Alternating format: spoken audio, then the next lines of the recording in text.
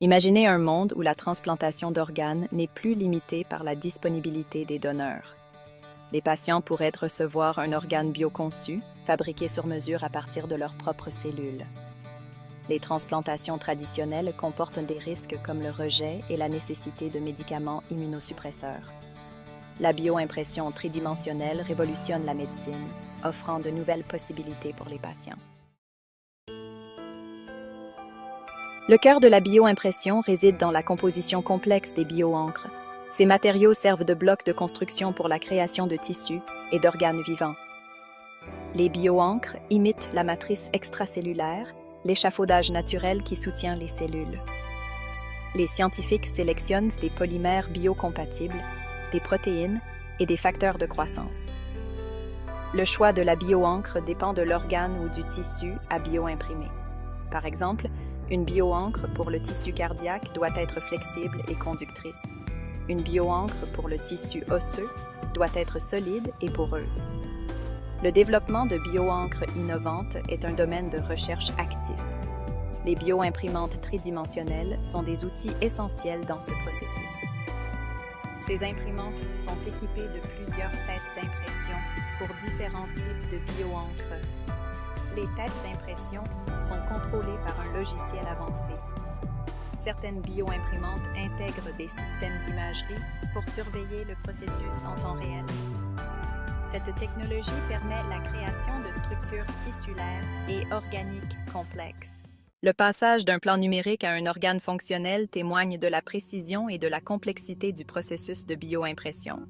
Cela commence par une imagerie médicale détaillée, telles que des tomodensitométries ou des IRM. Ces images sont utilisées pour créer un modèle informatique personnalisé. Le modèle numérique guide la bioimprimante pour le dépôt précis des cellules. La bioencre, chargée de cellules vivantes, est chargée dans les cartouches. Les têtes d'impression déposent la bioencre couche par couche sur un échafaudage biocompatible. Après l'impression, la construction est transférée dans un bioréacteur. Cette étape garantit que l'organe peut prospérer une fois implanté. La pénurie mondiale d'organes est une crise sanitaire urgente. Des millions de personnes dans le monde attendant des transplantations vitales. La bioimpression pourrait révolutionner le domaine médical en offrant une solution innovante à cette pénurie. En utilisant les propres cellules d'un patient, le risque de rejet est considérablement réduit. Cette technologie pourrait rendre les transplantations plus sûres et plus accessibles à tous.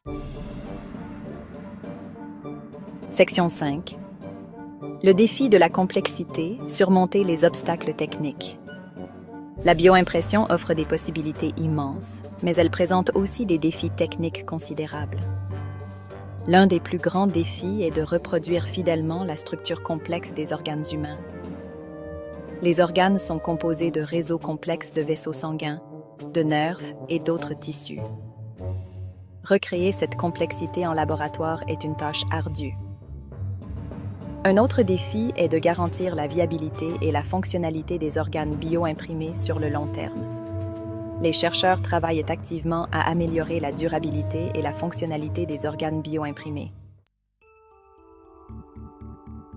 Section 6. Construire un cœur qui bat. Avancer dans la vascularisation. La vascularisation, ou la formation de vaisseaux sanguins dans les tissus, est cruciale pour la bioimpression. Les cellules au cœur des tissus bioimprimés ont besoin d'un apport constant en oxygène et en nutriments. Les chercheurs développent des techniques pour intégrer des réseaux vasculaires dans les constructions bioimprimées. Une méthode innovante consiste à imprimer des canaux sacrificiels dans la bioencre. Ces canaux se dissolvent après l'impression, créant des vides interconnectés ensemencés avec des cellules endothéliales. Les cellules endothéliales développent des vaisseaux sanguins fonctionnels, assurant l'apport nécessaire en oxygène et en nutriments. Cette avancée nous rapproche de la création d'organes bioimprimés pleinement fonctionnels. Si vous aimez ce contenu, n'hésitez pas à le faire savoir et à dire en commentaire ce que vous en pensez.